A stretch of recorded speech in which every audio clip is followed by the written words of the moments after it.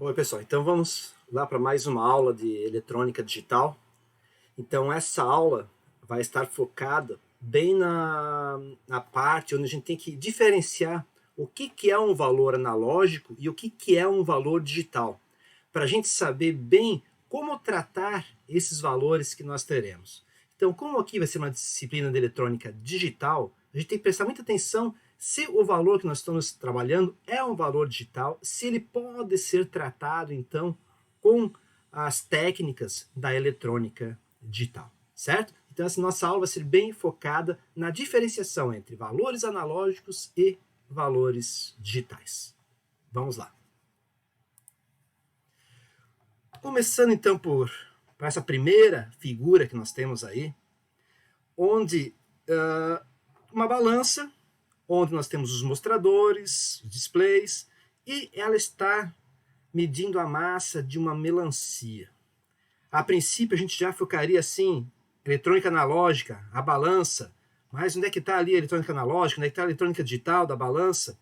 Não, eu quero que vocês foquem na melancia, certo? Porque é aqui que vai começar o nosso estudo do conceito de um valor analógico e do conceito de um valor digital. Se eu olhar para essa melancia, o que nós temos na melancia? Nós temos o açúcar, nós temos o líquido, a água, nós temos a casca, nós temos as sementes, ou seja, nós temos vários componentes que compõem essa melancia. Mas nessa melancia, o que eu consigo contar na melancia? Bom, diferente contar e medir, certo? Na melancia, eu consigo medir o peso dela, a massa, eu consigo medir a quantidade de líquido que tem, eu consigo medir a quantidade de açúcar, mas o que eu consigo contar? As sementes. Então, as sementes eu consigo contar, eu posso pegar, desmanchar essa melancia toda, pegar, separar as sementes e contar e dizer que eu tenho ali 110 sementes nessa melancia, certo? Vejam, 110. Não é 110,1, 110,2, 110,999. Não, eu tenho 110 sementes nessa melancia. Então eu já começo a diferenciar um tipo de grandeza. A grandeza que eu consigo medir, massa, o líquido, e a grandeza que eu consigo contar, as sementes, certo? E essas sementes, elas vêm de 1 em 1, ou de 10 em 10, eu poderia contar, certo? Mas eu consigo contar elas, e eu tenho um valor exato de sementes. Então, eu poderia já dizer, nesse primeiro slide que nós temos aqui, nessa primeira figura, a melancia tem valores analógicos e tem valores digitais, ou seja, valores que eu posso contar e valores que eu não posso contar, que eu tenho sim que medir. Ok? Então vamos para uma segunda figura aqui na nossa apresentação. Olhando essas escadas, vejam, eu tenho uma escada e uma rampa. Ou seja, olhando essas duas figuras, eu tenho uma rampa e uma escada. Vejam que nessa rampa, eu posso dizer que esse indivíduo ele está no espaço aqui 0,2, como posso dizer que ele está no 0,3, como posso dizer que ele está no 1,5, no 1, no 1,49 e por aí vai. Ou seja, ele pode parar em qualquer espaço dessa rampa, certo? E eu teria que medir esse espaço que eu tenho aqui para saber onde ele está. Já aqui nessa outra figura, vejam, ele está no degrau 1. Eu conseguia já definir o lugar que ele está no degrau 1. E ele só pode estar no degrau 1, no degrau 2, no degrau 3, no degrau 4, ou seja, eu não tenho um intervalo, um espaço entre um e o outro. E sim, é bem definido o espaço que ele pode parar, ou seja, no degrau. Então, analisando agora esta figura, veja onde é que está o valor analógico e onde está o valor digital. Analógico, a rampa. Pode estar em qualquer espaço aqui. Eu teria que medir para saber onde é que ele está. Digital, eu já sei o espaço, o lugar que ele está ocupando, o degrau que ele está ocupando. Digital. ok? Então aqui já consigo ter mais um exemplo de um valor analógico e de um digital. Agora, entrando já na nossa área, pegando aqui um sinal de tensão. Então esse aqui é uma senoide de uma tensão, que é a nossa energia que tem lá na tomada. Energia senoidal, onde tem um valor de pico, tem um valor médio, tem um valor eficaz, tem uma frequência, um período. Olhando essa figura aqui, essa primeira, vejam que ele vai continuamente no tempo sendo formada essa figura. Ele é contínuo, ou seja, ele tem todos os pontinhos em todos os intervalos que nós temos aqui. Nós temos um pontinho para definir uma linha aqui, unindo todos os pontinhos, definindo essa trajetória da senoide. Diferente dessa figura de baixo, onde essa mesma senoide ela já foi digitalizada, certo? Então, veja, eu peguei um espaço aqui, converti nesse valor, peguei outro espaço, converti nesse valor, esse outro espaço, converti nesse valor, esse espaço, converti nesse valor, e aí foi, certo? Eu fui pegando amostras desse valor e fui colocando nesse outro gráfico, nessa outra figura aqui de baixo. Então, novamente, ó, eu tenho valores bem exatos. O 0, aqui, sei lá, talvez o 300, aqui um 310, aqui um 300 novamente, aqui um 0, e aí vai. E aqui eu não tenho esse valor bem exato, certo? Eu teria que medir qual é o valor, eu não consigo apontar qual é o valor que tenho aqui. Novamente, ó, uma grandeza analógica e uma grandeza digital, certo? Já estão conseguindo ver essa diferença entre um valor que é analógico e um valor digital? Isso é muito importante para o nosso estudo posterior. Mais uma forma aqui, ó, uma representação analógica. Então, o que é essa representação analógica? Analogicamente, uma quantidade é representada por outra que é proporcional à primeira. Então, no caso aqui de um velocímetro, vejam que a deflexão desse ponteiro ela é proporcional à velocidade que o veículo está andando, certo? Então, isso aqui, essa deflexão do ponteiro é decorrente da velocidade, ele só está representando essa velocidade de outra forma. Então, aqui eu digo que eu tenho uma representação analógica. Da mesma forma, num termômetro, a altura aqui do mercúrio, ele é proporcional à temperatura que tem aqui. Aumentando a temperatura, o mercúrio ele dilata e aumenta, então, aqui na graduação.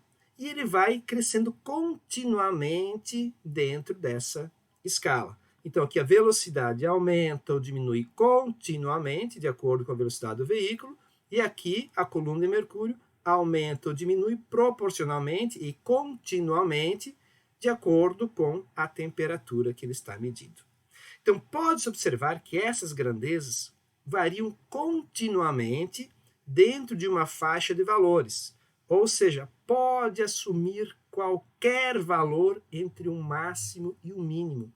Isso já é um dos conceitos da representação analógica de valores, certo? Nesse segundo exemplo aqui, agora uma representação digital. Então vejam, na representação digital as quantidades são representadas por símbolos, que nós chamamos de dígitos, e não por valores proporcionais. E aqui nessa figura já tem um fato bem interessante, onde eu mostro dois relógios, onde o primeiro mostra 23 horas e 47 minutos, e no segundo 23 horas, 47 minutos e 59 segundos. Na verdade, aqui já seria o 23 e 48, se eu fosse olhar isso num ponteiro, né? Então, nas grandezas digitais, eu já consigo ver que eu posso ter na representação visualizações melhores, com mais precisão do valor que eu estou medindo, certo? Sabemos que o tempo varia continuamente. É uma grandeza analógica. Mas o relógio digital não mostra essas variações de maneira contínua.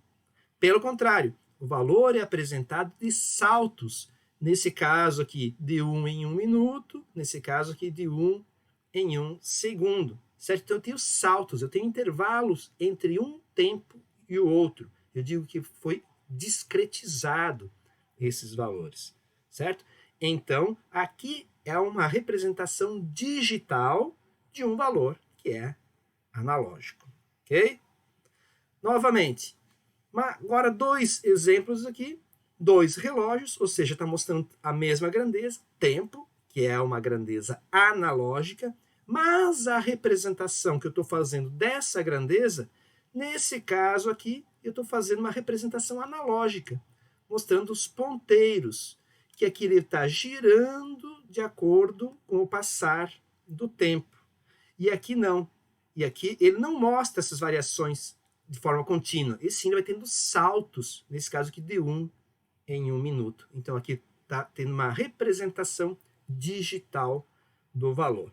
A gente tem que tomar cuidado que mesmo alguns instrumentos que aparentemente pareçam ser analógicos, eles são digitais. Que eu posso pegar esses relógios hoje que a gente tem, esses relógios de cozinha, e olhar o ponteiro dos segundos. Ele vai dando saltos também. Ou seja, ele também está representando de forma digital, porque ele está dando saltos.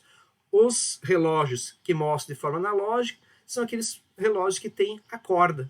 Com o desenrolar da molinha da corda, ele vai então mostrando as horas nos ponteiros de forma analógica. Em virtude da natureza discreta da representação digital, as leituras nesse sistema não apresentam problemas de ambiguidade, ou seja, não tem o erro de leitura quando eu leio as horas nesse relógio aqui, 14 horas e 38 minutos, em contraposição ao sistema analógico, em que as leituras deixam margem à interpretação do observador. Por exemplo, se eu olhar aqui, eu posso dizer que é 10 para as 2, mas eu não considerei o segundo, então poderia ser um pouquinho menos do que 10 para as 2. Poderia ser um pouquinho mais do que 10 para as 2. Certo? Então, deixa essa interpretação do observador. Então, valores analógicos geralmente têm isso. Tem uma interpretação do observador. Enquanto que o digital, não. É um valor exato e é o que está sendo mostrado. Certo? Então, conceituando. Sendo assim, entre 0 e o valor máximo, o sinal analógico passa por todos os valores intermediários possíveis. Ou seja, eu tenho infinitos valores dentro de uma faixa de valores para os valores analógicos. Enquanto que para o sistema digital só pode assumir um valor pré-determinado, ou seja, um valor finito de valores. Esse número pode ser muito grande, milhões, trilhões de valores, mas ele é pré-determinado, ele é finito, certo? Então, a palavra digital já vem da contagem. Ou seja, eu consigo contar nas digitais, nos dedos, os valores. E aí a gente consegue, então, entender bem esse mundo dos valores digitais e dos valores analógicos. Certo? Vamos lá. Já que já entendemos agora essa diferença entre valores analógicos e digitais, vamos ver por que a gente trabalha com valores digitais. Quais as vantagens das técnicas digitais? Bom, o grande crescimento da eletrônica está relacionado com o uso das técnicas digitais. Sem discussão nenhuma. Não teríamos computadores, não teríamos celulares, não teríamos vários outros equipamentos se nós não tivéssemos as técnicas digitais que nós temos hoje. Ou se nós teríamos, seriam bem precários e não fariam o que fazem hoje e não teriam o tamanho dos componentes que nós temos hoje. Então, vamos lá, vamos começar aqui, vendo os principais motivos da migração da tecnologia analógica para a tecnologia digital. O primeiro grande motivo dessa migração é o fácil armazenamento da informação. Então, as técnicas de armazenagem que nós temos hoje podem armazenar bilhões, trilhões de bits em um espaço físico relativamente pequeno.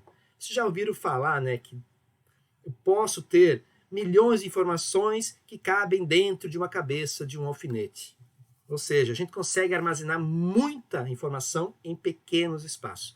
Já a capacidade de armazenamento no sistema analógico, ele é extremamente limitado. Basta a gente lembrar das formas que nós tínhamos de registrar os sinais analógicos. Por exemplo, se eu quisesse gravar som analogicamente, utilizava os discos de vinil. Discos de vinil cabiam 5, 6 músicas cada lado do disco. Hoje, nesse espaço, a gente consegue colocar milhões de músicas. Fitas magnéticas, os cartuchos magnéticos. Então, a fita também, consegui colocar lá 6, 7 músicas de cada lado, dependia do tamanho dessa fita. Os cartuchos também consegui gravar pouca informação. Então, isso aqui eram formas de gravação de som, de arquivamento de som analógicos, onde através de meios mecânicos, no caso do disco de vinil, meios magnéticos, no caso da fita cassete, eu conseguia registrar esses valores. Sistemas de armazenamento analógico de imagem. Então, os sistemas fotoquímicos, como as fotos, os filmes fotográficos, as películas fotográficas, né, para filme, para fotografia. Então, também, eu conseguia armazenar poucas fotos dentro de um filme. Tinha filme de 12, 24, 36 poses, como eram chamadas, sendo que dessas, algumas, na hora de revelar, queimavam. Então, a gente perdia muito espaço físico para pouco armazenamento de informação. Outros sistemas magnéticos também de gravação de informação, as fitas magnéticas para gravar filmes, até programas, depois começaram a gravar programas computacionais que a gente vai ver na sequência. Então também nós tínhamos aí as fitas com vários tipos de tecnologias, mas todas elas gravando de forma magnética e era um registro analógico da informação, certo? Ocupando bastante espaço. Passou-se um tempo com o advento aí da tecnologia, começaram a criar os computadores e utilizavam esses mesmos equipamentos, ainda as fitas cassetes, os rolos de fita, para gravar informação agora já digital. Então, era uma forma de gravação analógica, através dos meios magnéticos, mas gravavam já informações digitais, certo? Gravavam o 0 e o 1 ali na fita cassete, no rolo lá do computador. E vejam o tamanho dos equipamentos para poder rodar esses rolos e conseguir ler, então, o arquivo que estava dentro de um rolo desse. Certo? Cada um dessas estantes aqui de gravação e reprodução ocupava muito espaço. Certo? Então, vejam os problemas que nós tínhamos aí para armazenamento analógico da informação. Com o passar do tempo, isso foi começando a mudar, e aí chegamos já na gravação de sinais digitais, ainda por meio magnético, as fitas, aqui no caso os disquetes, 2 tamanhos de disquete, o HD, onde a gente ainda grava de forma magnética, mas são sinais digitais que eu já consigo gravar aqui e já começa a aumentar a capacidade de armazenamento desses sistemas, só mudando o tipo de sinal, de analógico para digital. Já consigo gravar bem mais informações, mesmo que seja ainda o equipamento que grave de forma magnética analógica. Certo? Aí nós tínhamos o DVD, o compact disc, o DVD, Blu-ray. Então, várias tecnologias foram vindo no tempo aí para gravação já de sinais digitais. Passamos pelo HVD. Esse ele nem não teve muito sucesso no mercado, porque chegou num valor caro e já foi tirado do mercado. E partimos então para os cartões de memória. Então aqui já começa a aparecer a vantagem, a grande vantagem dos sistemas digitais. Aquelas 12 músicas que nós gravávamos lá num disco, poderia gravar 100, 200, 300 vezes mais num pequeno cartão de memória desses. Veja, aqui nós temos ainda cartões pequenos. Hoje a gente já tem cartões aí na casa de terabytes. Aqui nós temos gigabytes, megabytes, mas a gente já está nos terabytes, certo? A gente já tem muito espaço disponível para armazenar essa informação. Dos cartões de memória, temos os pendrives, cuja tecnologia é praticamente a mesma, só que essa aqui, agora, a gente consegue gravar, tirar, ir lá no sistema, colocar no outro, gravar, emprestar o pendrive. E esses pendrives também evoluíram muito com o passar do tempo. Começaram aí com pendrives de poucos mega de memória, hoje já chega também aí a pendrives de 2 terabytes por preços em torno de 100, cento e poucos reais, um pendrive já com essa capacidade. Então vejam quanto que evoluiu aí a capacidade de armazenamento de um sistema no sistema digital. Eu coloco aqui agora, bom, armazenamento já nos convence que o sistema digital é melhor que o analógico. Mas muitos ainda podem pensar, tá, e a qualidade desse armazenamento? Ele é bom? Ele é confiável? Sim. O armazenamento é bom. Nós vamos ver mais à frente que a qualidade do material armazenado depende da tecnologia, então, que nós vamos utilizar para gravar, da quantidade de bits que nós vamos colocar, da resolução dessa informação que nós vamos digitalizar, certo? Com respeito à segurança desses dados, também ela é muito grande a segurança. Não, mas o disco é muito seguro, não tem como apagar um disco. Mas tinha como arranhar, como quebrar, também poderia perder a informação no caso de uma fatalidade. Certo? Bom, outros motivos para a migração da tecnologia analógica para a digital. Os sistemas digitais são mais fáceis de serem projetados. Nós vamos ver nas próximas aulas que nós vamos trabalhar com as portas lógicas. Não são muitas portas lógicas, nós vamos trabalhar com a lógica booleana, certo? Que ela é fácil entendimento, a gente consegue então facilmente projetar um sistema lógico utilizando a eletrônica digital. Nos sistemas analógicos, tem muitos questão de variações de tensão e corrente que dificultam esses projetos, as tolerâncias dos computadores. Enquanto que nos digitais eu vou trabalhar com apenas 2 valores, o 0 e o 1, ou seja, o alto e o baixo, certo? Então facilita muito esses projetos.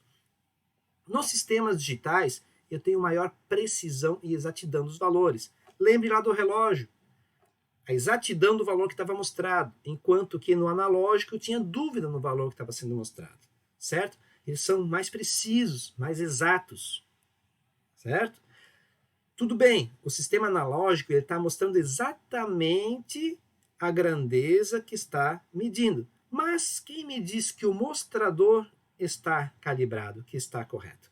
Isso também pode acontecer no digital, certo? Então, esse mesmo erro pode ter nos dois, mas com respeito a mostrar a informação, o digital ele é mais preciso e mais exato. Nos sistemas digitais, as operações podem ser programadas. Então, é relativamente fácil desenvolver sistemas que eu consiga gravar eles e fazer depois eles executarem nos sistemas digitais. Enquanto que nos analógicos, esse trabalho é bem difícil de ser feito. Certo? Os circuitos digitais são menos afetados por ruídos. O que seriam os ruídos? São flutuações de tensão ou de corrente que nós temos nos nossos sistemas que interferem no funcionamento do sistema. Em sistemas analógicos, o ruído pode aparecer bastante. Lembrem quando as TVs eram analógicas, quando a mãe ia lá ligar o liquidificador, ficava aquele chuvisco na TV. Isso é um ruído. Hoje, nos sistemas digitais, não aparece mais esse problema, esse chuvisco, esse ruído no sistema. Certo? Então, mais uma grande vantagem aí para os sistemas.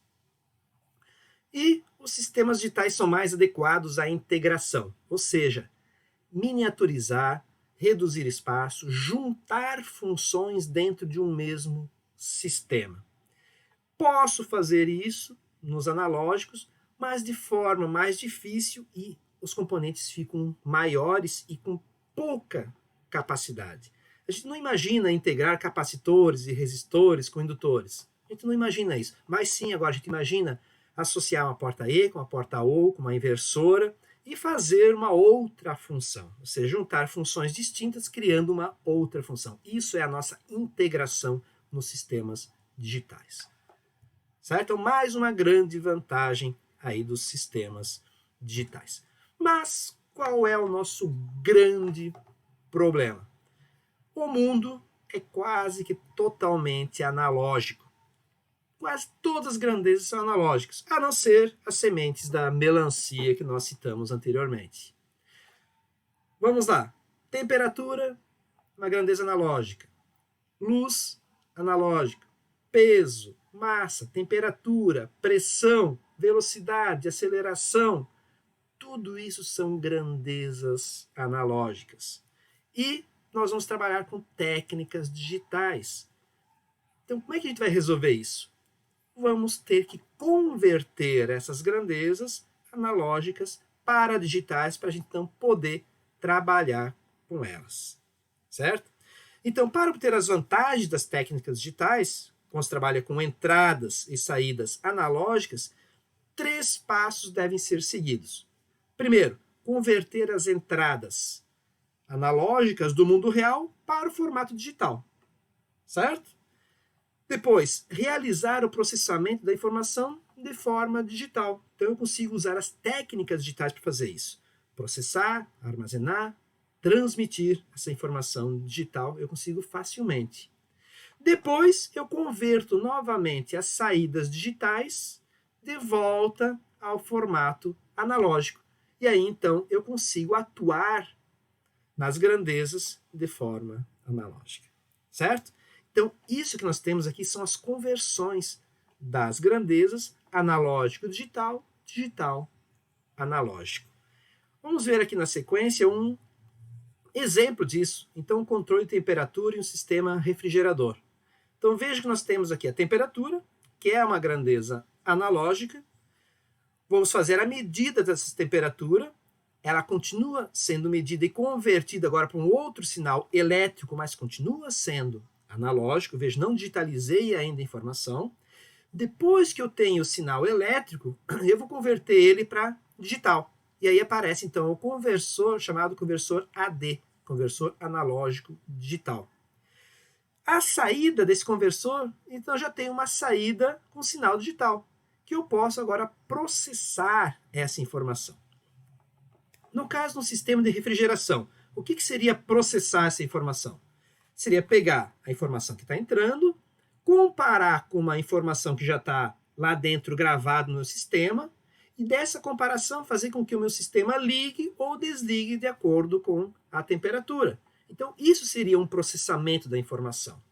O que mais poderia ser um processamento? É ele gerar um código para mostrar num display essa temperatura. Então, também é um processamento digital, certo? Mas, para ele agora ajustar a temperatura.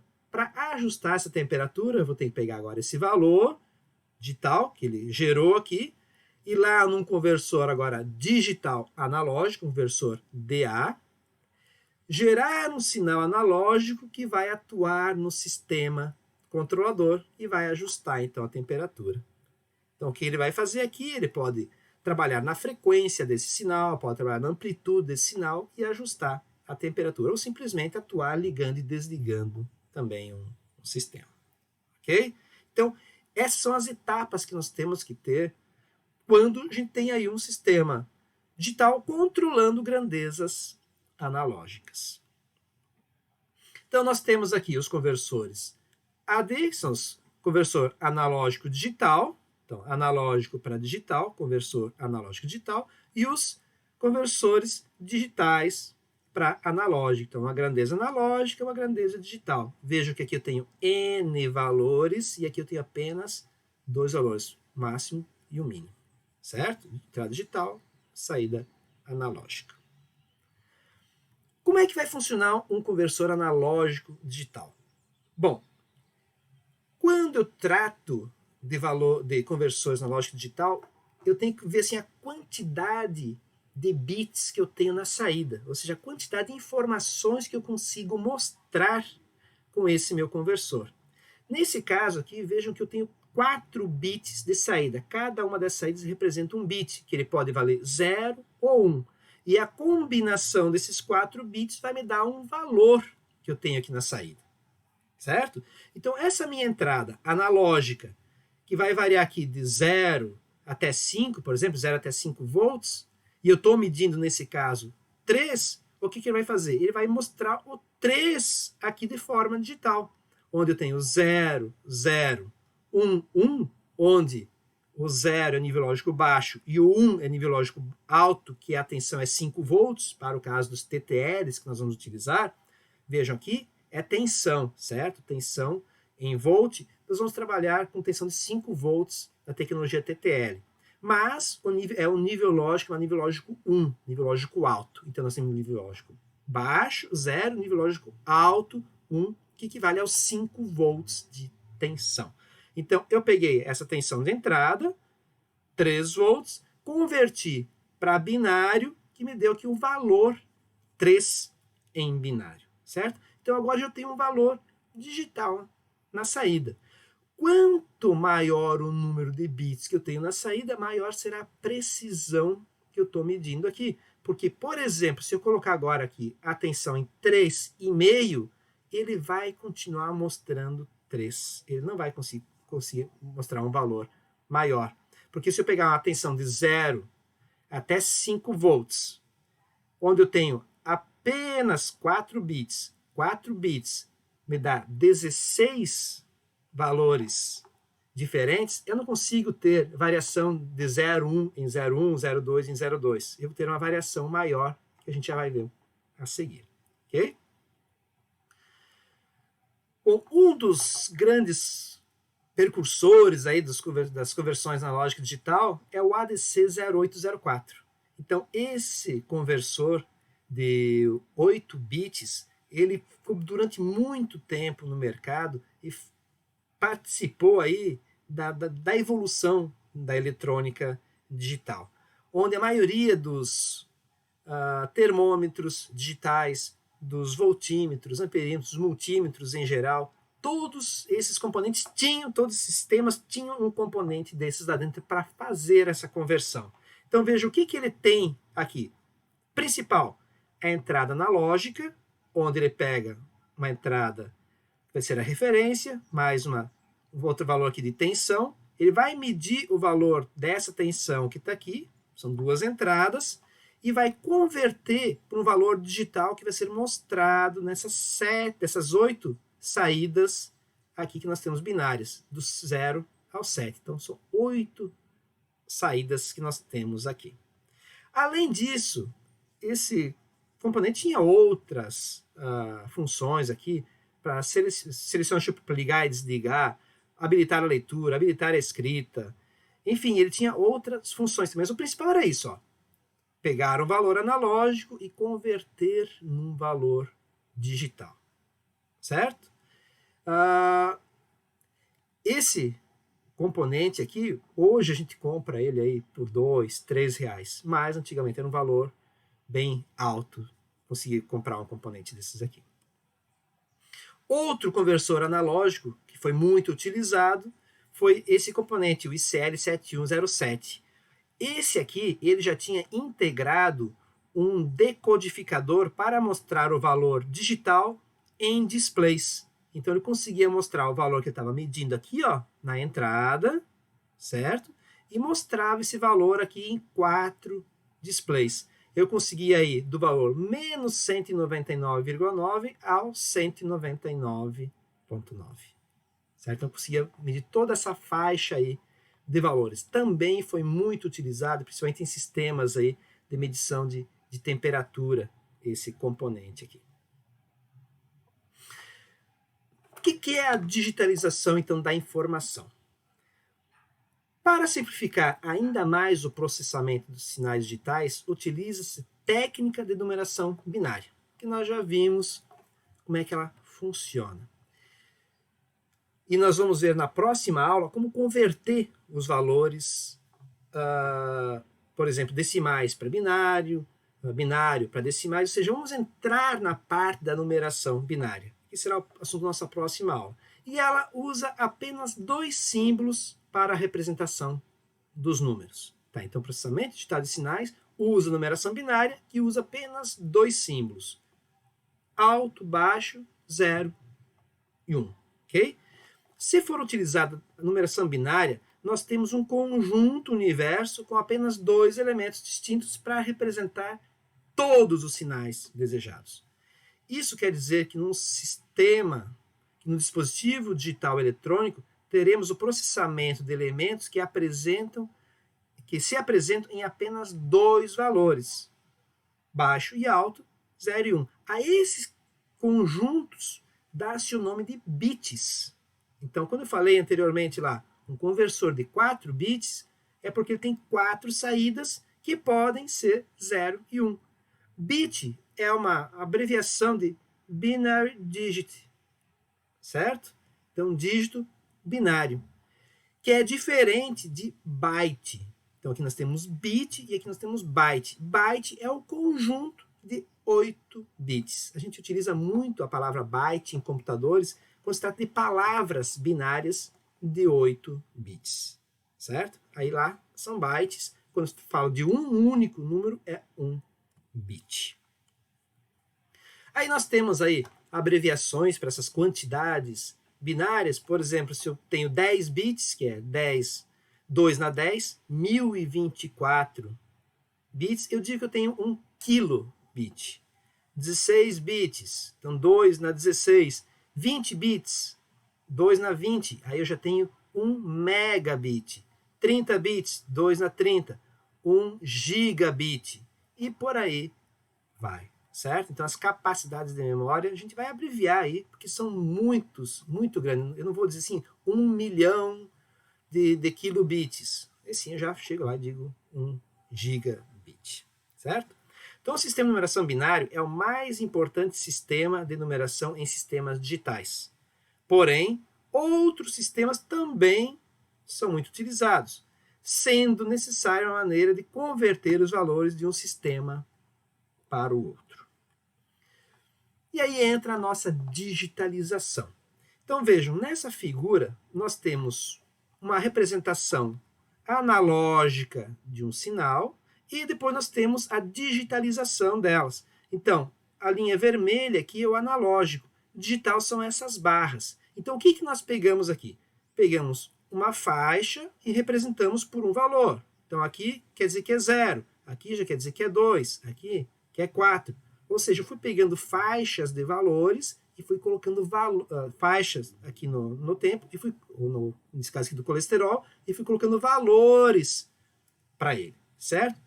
Dessa maneira, é óbvio que um sinal digital é muito mais fácil de reproduzir que um sinal analógico. A cópia, por exemplo, de um cassete de áudio provoca perdas. Se eu tivesse gravado digitalmente, eu não teria essas perdas. Mesma coisa aqui. Se eu for reproduzir novamente esse sinal analógico, eu não consigo representar ele exatamente. Enquanto que essas barras eu consigo representar novamente igual ao que elas estão aqui. Então, na digitalização, eu tenho a transformação de um sinal analógico em um sinal digital, certo? E isso é chamado de digitalização. A digitalização contém atividades paralelas. Uma delas é a amostragem, ou seja, a quantidade de valores que eu estou pegando, e a quantificação, que é dar valor a esses faixas de valores que eu peguei. Então, a amostragem consiste em colher amostras periódicas de um sinal analógico. A quantificação consiste em atribuir um valor numérico a cada amostra colhida. É o que nós fizemos aqui. Nós pegamos uma faixa de valores e atribuímos uma faixa aqui e atribuímos um valor. Pegamos outra faixa e atribuímos o valor. Pegamos outra faixa e atribuímos... Então, aqui é a amostra. Amostra, amostra, amostra. Atribuímos um valor à amostra, um valor para essa amostra. Ok? A qualidade do sinal digital dependerá de 2 fatores. Frequência de amostragem, ou seja, o número de amostras que eu peguei, ou seja, a taxa de amostragem. Quanto mais larga ela for, certo?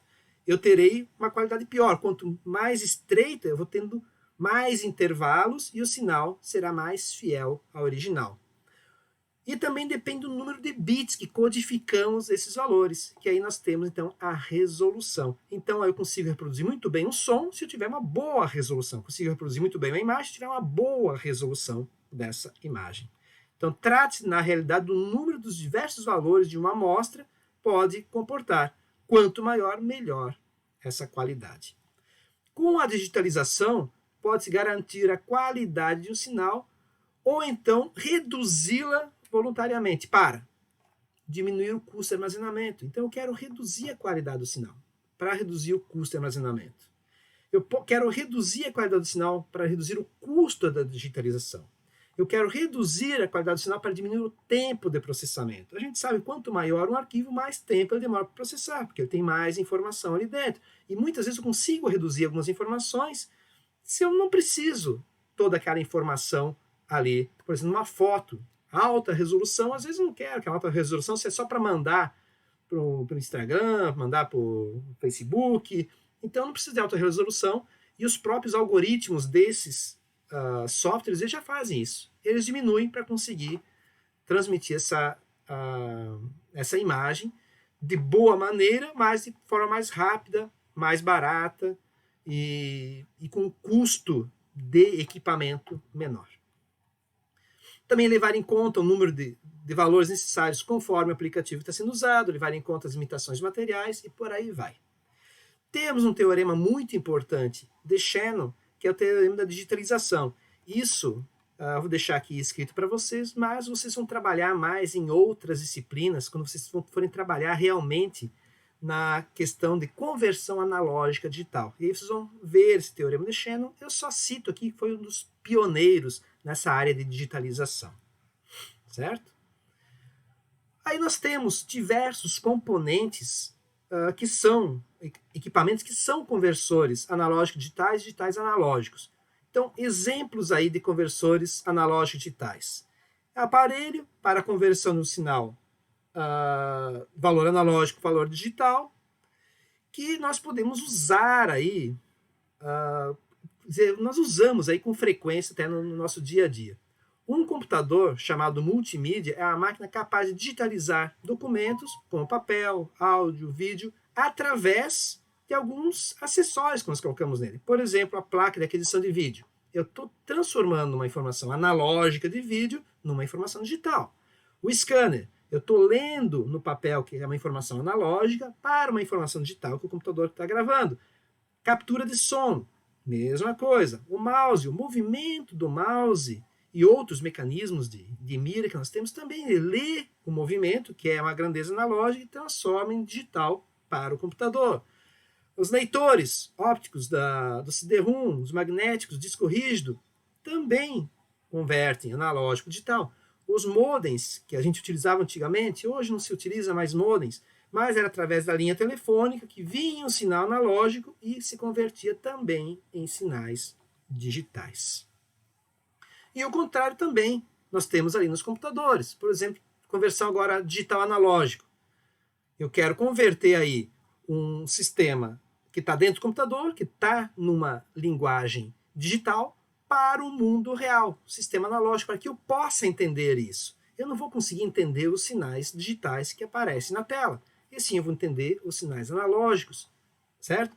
Então eu tenho aí as saídas de áudio das placas de som, ele converte o digital para analógico, o sintetizador musical, a impressora converte um sinal digital para analógico, o modem, quando eu estou transmitindo, estou emitindo uma mensagem, também vai converter o sinal digital para analógico, para que eu possa mandar então essa informação.